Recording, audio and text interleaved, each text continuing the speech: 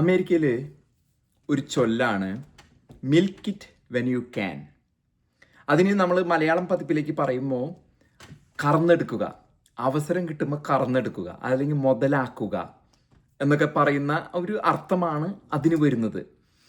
ഞാൻ ഇതുമായിട്ട് പ്രതിപാദിക്കുന്ന വിഷയം എന്ന് പറഞ്ഞാൽ, നമ്മുടെ നാട്ടിൽ ഇപ്പോൾ ഒരു ചെറിയ ഉദ്യോഗസ്ഥൻ അല്ലെങ്കിൽ ഒരു പട്ടാളത്തിൻ്റെ ഒരു ഓഫീസർ, അതല്ലെങ്കിൽ ഒരു ബാബു IAS-കാരനോ അല്ലെങ്കിൽ എന്തൊരു ഉദ്യോഗസ്ഥനോ, പോലീസിൽ തന്നെ SP അങ്ങനെ എന്തെങ്കിലുമൊക്കെ എത്തിക്കഴിഞ്ഞാൽ അദ്ദേഹത്തിൻ്റെ ചുറ്റും ഒരു പരിവാരങ്ങളുണ്ടാവും.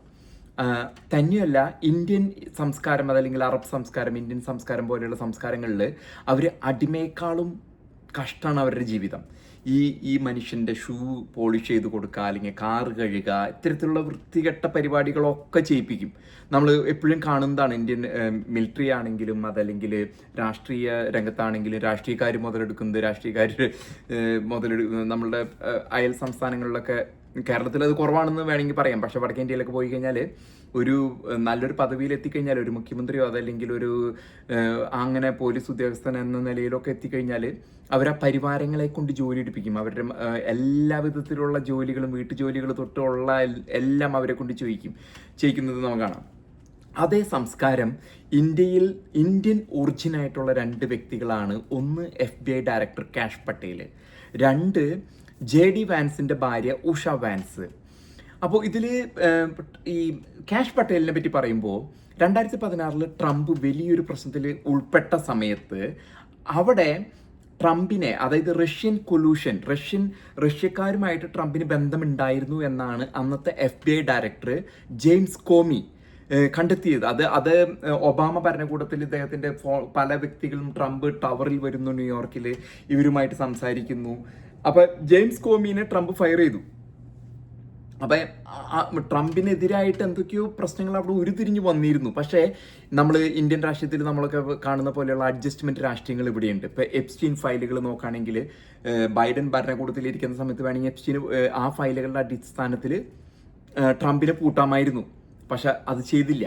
അതാണ് ഒരു അഡ്ജസ്റ്റ്മെൻറ്റ് രാഷ്ട്രീയത്തിൻ്റെ ഭാഗം. കാരണം അത് ചെയ്തു കഴിഞ്ഞാൽ തിരിച്ച് ട്രംപ് വന്നാൽ, അല്ലെങ്കിൽ റിപ്പബ്ലിക്കൻസ് അധികാരത്തിൽ വന്നാൽ, ഇവൻ്റെ മകനെ യുക്രൈനിലോ പല വിഷയങ്ങളൊക്കെ ആയിട്ട് ഹണ്ടർ ബൈഡൻ എന്ന് പറഞ്ഞ് ജോ ബൈഡൻ്റെ മകനെ പൂട്ടും. അപ്പം അങ്ങോട്ടും ഇങ്ങോട്ടും പാലം പണികൾ ഇവിടെയും ഈ രാഷ്ട്രീയത്തിൽ നിലകൊള്ളുന്നു എന്നുള്ളതാണ് നമുക്കറിയാൻ സാധിക്കുക. പക്ഷേ ട്രംപ് വലിയൊരു കെണിയിലാണ് അന്ന് പെട്ടിരുന്നത് 2016 കാലഘട്ടത്തിൽ.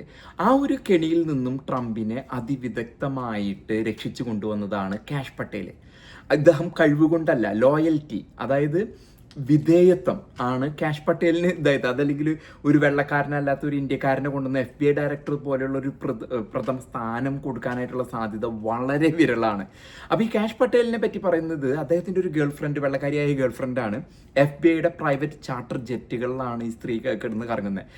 അതീവ സുന്ദരിയായിട്ടുള്ള അദ്ദേഹത്തിൻ്റെ ഗേൾഫ്രണ്ട് കറങ്ങി നടക്കുന്നത് ഈ പ്രൈവറ്റ് ജെറ്റുകളാണ്. അപ്പോൾ FBIയുടെ ഉള്ളിലെ, കാരണം ഞാൻ പറഞ്ഞ ഈ വിധേയത്വം, അതായത് ഉദ്യോഗസ്ഥ തലത്തിലോ രാഷ്ട്രീയ തലത്തിലോ ഇവിടെ താഴ്ന്ന റാങ്കുകാരനാണെങ്കിൽ പോലും അങ്ങനെ അവൻ്റെ ഷൂ പോളിഷ് ചെയ്യാനോ കാർ കഴുകാനോ ഒന്നും കിട്ടിയെന്ന് വരില്ല. തന്നെയുള്ള താഴെയുള്ളവൻ വിളിച്ച് പറയും, നീ എന്തിനാണ് ഈ പ്രൈവറ്റ് ജെറ്റ്, FBIയുടെ പ്രൈവറ്റ് ജെറ്റും കൊണ്ട് നിൻ്റെ ഗേൾഫ്രണ്ടിനെയും കൊണ്ട് ഇറങ്ങാൻ, നിൻ്റെ കാമുകിക്ക് ഇറങ്ങാനുള്ളതല്ല എന്ന് വിളിച്ച് പറയും ചെയ്യും.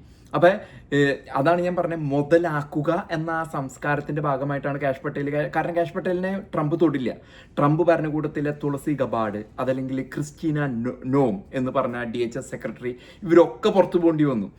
കാഷ് പട്ടേൽ ഒരു കഴിവില്ലെങ്കിലും അവിടെ തന്നെ പിടിച്ചു നിൽക്കുന്നത് ട്രംപ് എന്ന വ്യക്തിയുടെ ആ ഒരു ലോയൽറ്റി, വിധേയത്വത്തിൻ്റെ ഭാഗമായിട്ടാണ്. അപ്പോൾ ഈ പ്രൈവറ്റ് ജെറ്റുകൾ, FBIക്കുള്ള പ്രൈവറ്റ് ജെറ്റുകളും വലിയ കുഴപ്പമില്ലാണ്ട് അങ്ങോട്ട് ഉന്തിത്തള്ളി അങ്ങോട്ട് കൊണ്ടുപോവാണ്.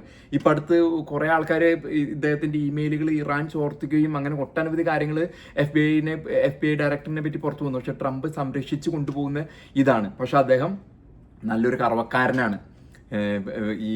ഇത് കറവാന്ന് പറഞ്ഞാൽ മുതലാക്കുക, അതായത് ഈ പറഞ്ഞ തരത്തിലുള്ള പ്രൈവറ്റ് ജെറ്റുകൾ ഉപയോഗിക്കുക. രണ്ടാമത് വരുന്നതാണ് JD വാൻസിൻ്റെ ഭാര്യ ഉഷ വാൻസ്. അപ്പോൾ ഈ അടുത്ത് അവർ ഇപ്പോൾ ഗർഭിണിയാണ്, ഒരു കുഞ്ഞിനും കൂടി ജന്മം കൊടുക്കാനുള്ള അവസരത്തിലാണ്. പക്ഷെ മൂത്ത കുഞ്ഞുങ്ങളെ ഈ എയർഫോഴ്സ് 2 എന്ന് പറഞ്ഞ ഇതിലൊക്കെയാണ് ഇവിടെ ടെന്നീസ് കളിക്കാൻ വിടുന്നു. ഇവിടെ വണ്ടി ഇവിടെ കൊണ്ടുപോകണോ, ഫ്ലൈറ്റാണ്, അതായത് ആൻഡ്രൂസ് എയർഫോഴ്സ് ബേസിൽ പാർക്ക് ചെയ്തിട്ടിരിക്കുന്ന ഒരു ജെറ്റ് ഇവിടെ കൊണ്ടുപോകണോ, എൻ്റെ മകന് ജെറ്റ് ഇത് കളിക്കാൻ പോകണം. അതായത് നമ്മളേതോ സിനിമയിൽ ഇങ്ങനെ മന്ത്രിമാരുടെ ഭാര്യമാരോ അതല്ലെങ്കിൽ അങ്ങനെയുള്ളൊരു രംഗങ്ങൾ ഒരു പക്ഷേ സിനിമകളിലൊക്കെ കണ്ടു കാണും. നല്ല കറവക്കാരാണ് രണ്ടാൾക്കാരും മുതലാക്കാനായിട്ട്.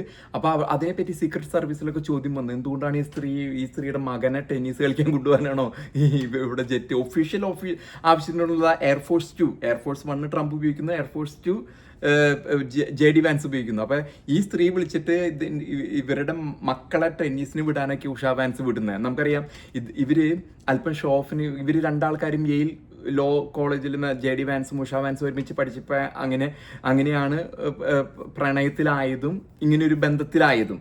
അപ്പോൾ അത് ശരിക്കും മുതലാക്കി ഇപ്പോൾ ഒരു ഉപരാഷ്ട്രപതിയുടെ ഭാര്യ എന്ന നിലയിൽ അത് മുതലെടുക്കുന്ന ഒരു രംഗമാണ് അമേരിക്കൻ രാഷ്ട്രീയത്തിലും ആ ഒരു ഇന്ത്യൻ സംസ്കാരമാണ് നമുക്ക് കാണാൻ സാധിക്കുക. അതിനെപ്പറ്റി ഇവിടെ നമ്മുടെ നാട്ടിൽ ഇനി വെട്ടി തുറന്ന് പറയില്ല ഒരിക്കലും. അങ്ങനെ താഴ്ന്ന ഉദ്യോഗസ്ഥർക്ക് അതിനുള്ള ധൈര്യം ഉണ്ടാവില്ല, അതല്ലെങ്കിൽ ജനങ്ങൾക്ക് ധൈര്യം ഉണ്ടാവില്ല. പക്ഷേ ഇവിടെ അത് വെട്ടി തുറന്ന് പറയാണ്. ഇപ്പൊ ഇവര് വന്നിട്ട് ഈ സീക്രട്ട് സർവീസിലെ പല ആൾക്കാരും വന്നിട്ട് ഇതിനെപ്പറ്റി പറഞ്ഞു, എന്താണ് ഈ എയർഫോഴ്സ് 2 മകന് ടെന്നീസ് കളിക്കാൻ പോകാനുള്ളതാണോ ഇത്. അപ്പോൾ ഞാൻ പറഞ്ഞത് 2 വ്യക്തികളും ശരിക്കും മുതലാക്കുന്ന ആ ഒരു ഉള്ള സമയം. ഉഷ വാൻസിനെ അറിയപ്പോൾ ഇനിയിപ്പോൾ 4 കൊല്ലം കഴിഞ്ഞ് കഴിഞ്ഞാൽ JD വാൻസ് ഇലക്ഷന് ജയിക്കുമോ, JD വാൻസ് പ്രസിഡന്റ് ആകുമോ, ഇത് കിട്ടിയത് അവസരം.